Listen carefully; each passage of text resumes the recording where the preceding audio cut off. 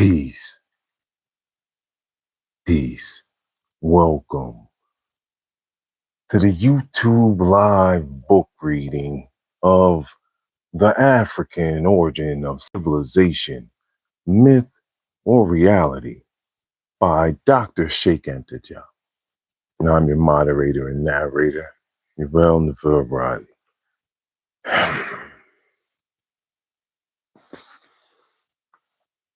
A lot of work. A lot of work. And that's a great thing. I wish all the greatness for us.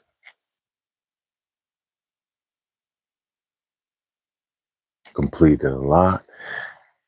And now it's time to get some reading in with the people in a different view. Let's do it. This is the 26th reading of this book, page 137. At the top is where we pick up. All right. Fine days and nights.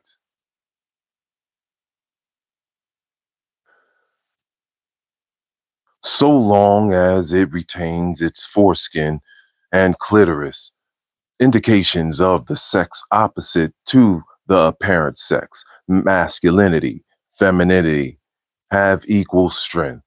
Thus, it is not accurate to compare the uncircumcised to a woman, like a girl on whom excision has not been performed. He is both male and female. If this indecision about his sex were allowed to continue, he or she would have no interest in procreation. These, then, are the various reasons for circumcision and excision: the need to rid the child of an evil force, the need for him or her to pay a debt of blood, and to turn definitely toward one's sex. For this explanation of circumcision to be valid, divine androgyny, the traditional cause of this practice in African society, must also have existed in Egyptian society.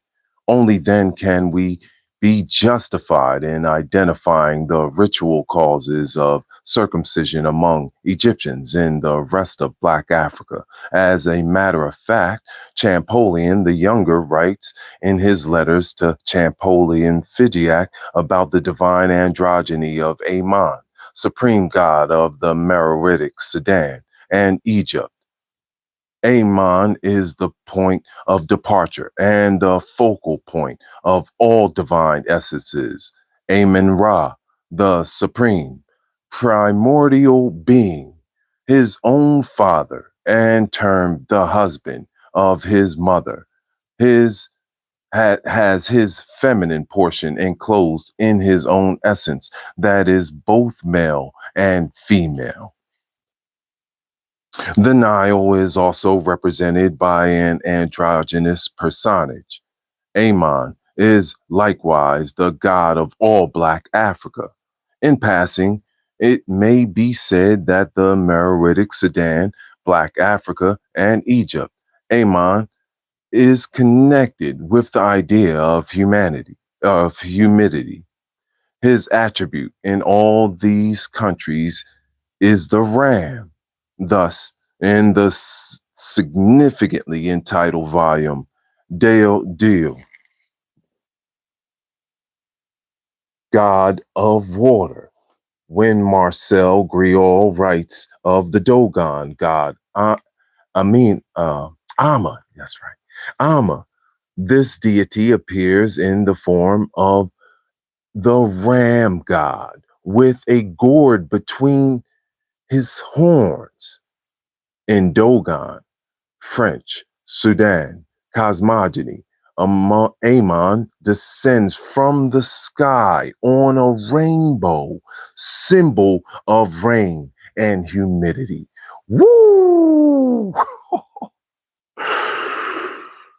Powerful. Powerful. Peace, you two. Divine days and nights. Highest heart love. We are, it's 26 reading, page 137 in down at the bottom. Although some blacks have abandoned circumcision through forgetfulness of their traditions or for various other reasons, although there is a growing trend in Black Africa to renounce excision, and although circumcision is a technically different operation for Egyptians and Semites, this does not alter the root of the problem. Yet, for the identification to be complete and the argument convincing, excision must also have existed in Egypt. Strabo tells us that this was the case.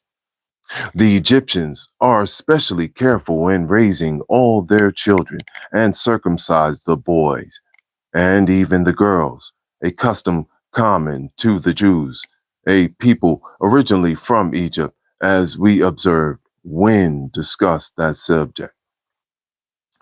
It's from chapter 1, part 29. All right, now let's go. This is part of why I really wanted this chapter to take us a good time. Yes, do it my way I want.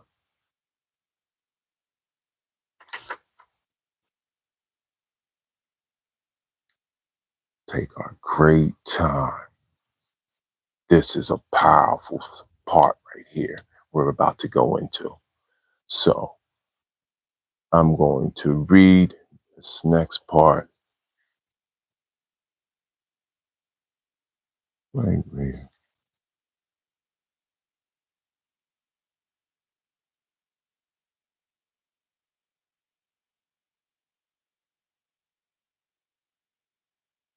Kingship. Mm-hmm. Page 138 at the top. Kingship.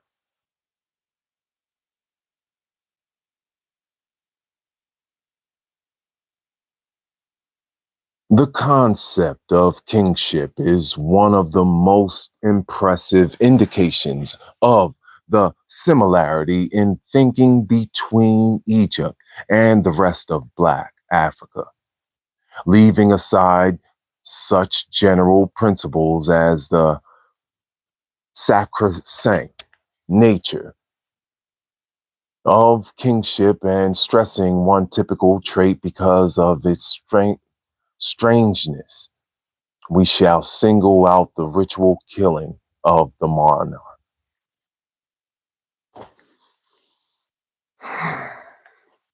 This is really deep, y'all. This is really deep. We definitely are going to have to, you'll see. Yeah, this is powerful. Peace, highest heart love. Thank you for being here and reading with us. Page 138. Mm-hmm.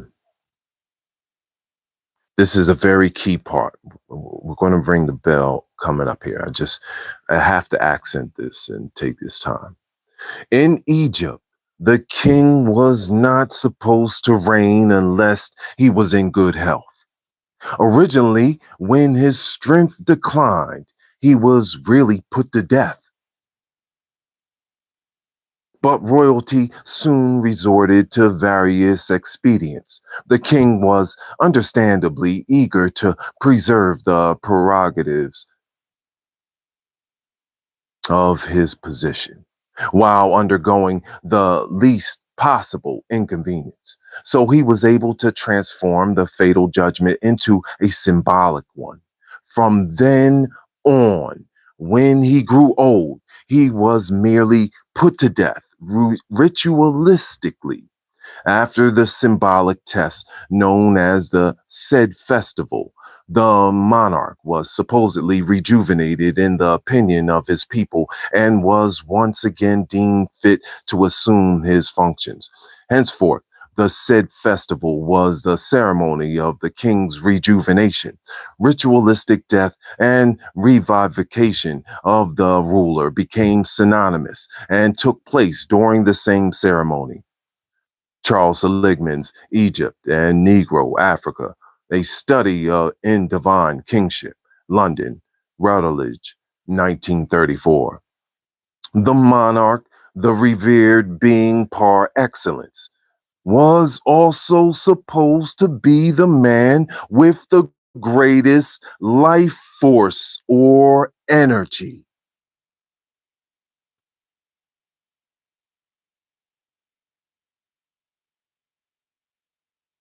Mhm.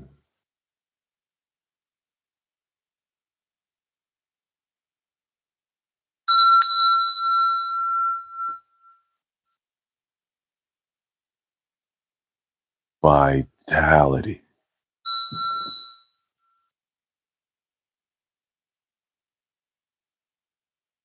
A soul controller, master of their energy. Mm. Yes, very, very key. Mm. Have to ring a bell there. If you're in not good health, right? How can you rule over the people?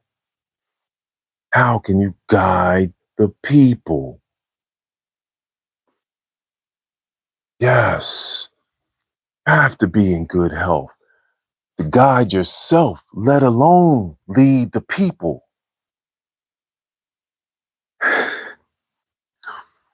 As a master fitness trainer, this is dear to my heart. You know, I say in a poem, throw that one in Manifest Your Dreams too. And I say, if, if you start to lose your vitality, your health, and you're always talking about what other people should do, giving help to others, the solution is to stop with all the giving to everyone else and putting solutions out there for everyone else, and to high monitor thyself. Master thyself, the rest of the world just falls right in alignment with us, especially when you're being your genuine self. Nothing can top that. So, when it comes to kingship, you need to lead yourself first. How do you speak to yourself?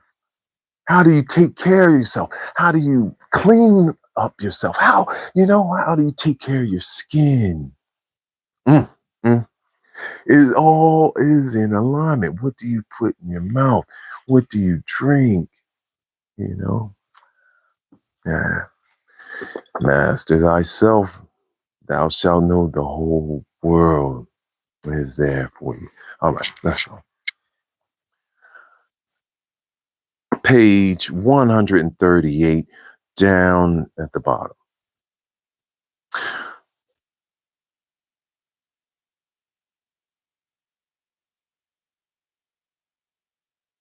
When the level of his life force fell below a certain minimum, it could only be a risk to his people if he continued to rule. This vitalistic conception is the foundation of all traditional African kingdoms. I mean, of all kingdoms, not usurped. Sometimes it operated differently. For example, in Senegal, the king could not rule if he had con- received wounds in a battle. He had to be replaced until cured. It was during such a replacement that a paternal brother, who was the son of the woman of the people, seized the throne. Aslat Sakube, he initiated the Jewish dynasty, or the Gweja, Gwed, Gweja dynasty, circa 1697. The practice of replacing the king whenever his vital strength declines obviously stems from the same vitalistic tenets throughout the Black world. According to those beliefs, the fertility of the soil, the abundant harvest, the health of people and cattle, the normal flow of events, and all phenomena of life are intimately linked to the potential of the ruler's vital force. In other regions of Black Africa, the events occur exactly as in Egypt with regard to the actual killing of the monarch. Certain peoples even set a time limit after which he is assumed to be incapable of ruling and is then really put to death. Among the Mbum of Central Africa, this time limit is 10 years. And the ceremony takes place before the Malay season. The following peoples still practice the ritualistic death of the king: the Yoruba, the Dogoma, the Dagomba, Shamba, the Igara, the Sange, the Hausa of Gabir, Katsina, and Dara, and the Shilla. This practice also existed in ancient Meroe, Nubia, Uganda, Rwanda. We'll pause right here. Peace. Divine days and nights. Whoa. Yeah, we'll pause right there. Or should we keep going? It's up to you. I know, I've been working a lot. Peace, divine days and nights. Highest heart love. Gigi, blessings, love. Awesome. Much love. Thank you so much for being here and reading with us. Highest heart love. The African origin of civilization, myth, or reality by Dr. Cheikh Anta Diop and translated by Mercer Cook. Should I keep going, Gigi? Yeah. Awesome. Awesome. Oh, wonderful. Okay. All right, let's keep going then. Thank you so much for being here. Peace. All right. Middle of page 139. Yeah, let's do it. Cosmogony. Mm, mm, mm. This is great. This is great. It really is. Negro cosmogonies, African and Egyptian, resemble each other so closely that they are often complementary. To understand certain Egyptian concepts, one must refer to the Black world as in attested by what we have said about kingship. In the latter case, it suffices to read Father Templo's study, Bantu philosophy, published in translation by Presence Arafikin in 1959. It presents a systematized analysis of Negro vitalism, which, according to Father Temples, serves as the basis of the Bantu daily acts. This similarity of mores, customs, traditions, and thinking has already been sufficiently stressed by various authorities. Perhaps it would take more than a lifetime to report all the analogies between Egypt and the Black world. So true is it that they are one and the same. Paul Masson Orswell emphasizes the Negro character of Egyptian philosophy. By accepting it, that philosophy, the intellectualism born of Socrates, Aristotle, Euclid, and Archimedes, conform to the Negro mentality that the Egyptologist perceives as a backdrop for the refinements of a civilization at which he marvels, venturing to express what should be a cliche, the African aspect of the Egyptian mind. We can use it to account for more than one of the cultural traits.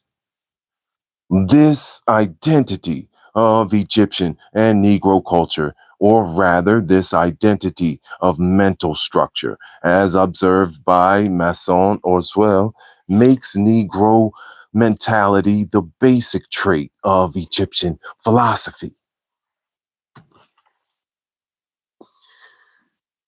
One that should be obvious to anyone of good faith. We'll pause right here. Continue back. We'll reconvene. Yes, yes, yes. What a beautiful, beautiful chapter this is, right?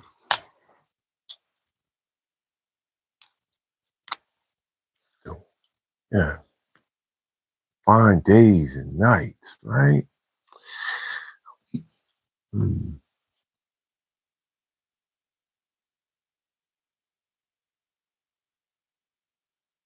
When we reconvene, we'll pick back up on page 140. And like I said, this is the peaceful part of YouTube where we read books and learn from masters. I'm Master Fitness Trainer Uriel Riley, coming to you live from the light here in LA. The African origin of civilization, myth or reality by Dr. Cheikh Anta and translated by Mercer Cook. We're in the thick of it now. We're right around the middle of this book.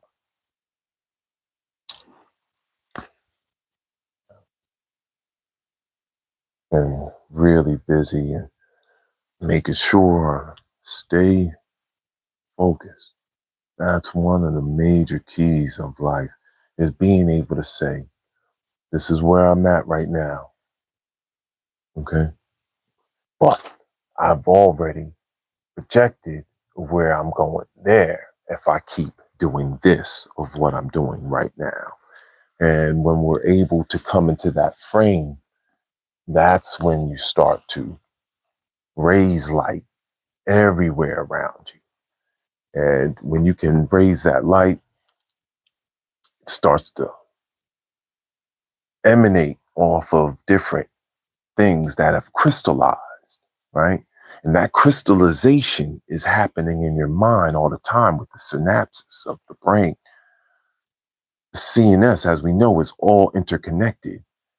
And so that's why it's all so important to be able to ground yourself and say, all right, this is where I'm at, because that's what grounding is. It's always about the now, right? We learned that through the harmonic vibrational manual and plenty of other masters, and from pranayama, breathing techniques. So yeah, I've been teaching yoga. I started teaching yoga after I got certified. Was 2007, 2008, and that's when I got my first yoga certification. And I started teaching at this place called the Witch's Brew in Palm Harbor, Florida. Yes, and oh man, people used to travel all the way from St. Pete and all through different parts of Clearwater because that's where it's connected to. And yeah, shout out to Leslie, highest heart love, and everyone down in that area. Gigi, you remember? Yes. Oh, this is beautiful. Highest heart love. Yeah. So we are real masters in the shows. Shaking it up on YouTube, reading books live from the light. Thank you so much for being here. We are doing it. Shouts out to all those in the World Cup. Wow. Cote d'Ivoire. Ooh, what a win against France. That was big. Yeah. You saw Germany and Ghana. That was a good match as well. Great matches. His heart love. Mexico won. Yeah. US won. Oh, we're getting in it. Love to all of them out there enjoying your Saturday. We will see you soon. Thank you for the likes and subs. We're pushing towards 700 on this peaceful part of YouTube. Let's have a glass of love water. All our friends, solar returns, all those happy, beautiful solar returns on this 13th of June. We're making it. Red, black, and green, if you know what I mean. To all our friends and family, highest heart love. To all my family, I love you. I love you. I love you. I love you. And to all those graduates, graduations, love to you. Show love. Get yours. You did it. That's another level of freedom. And that's what shining light is all about. It's about bringing the pathways to freedom. Yeah. I love you. Thank you so much. Ay, ay, ay, ay, ay. Love, love, love, love you. Ay, ay, ay, ay, ay. Love you. You.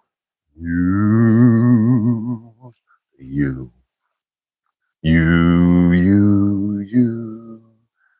You.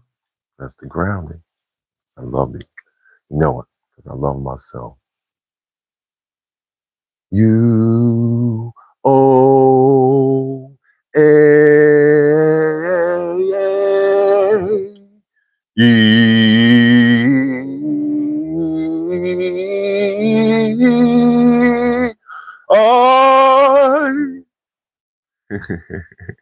I. Is the glass breaking.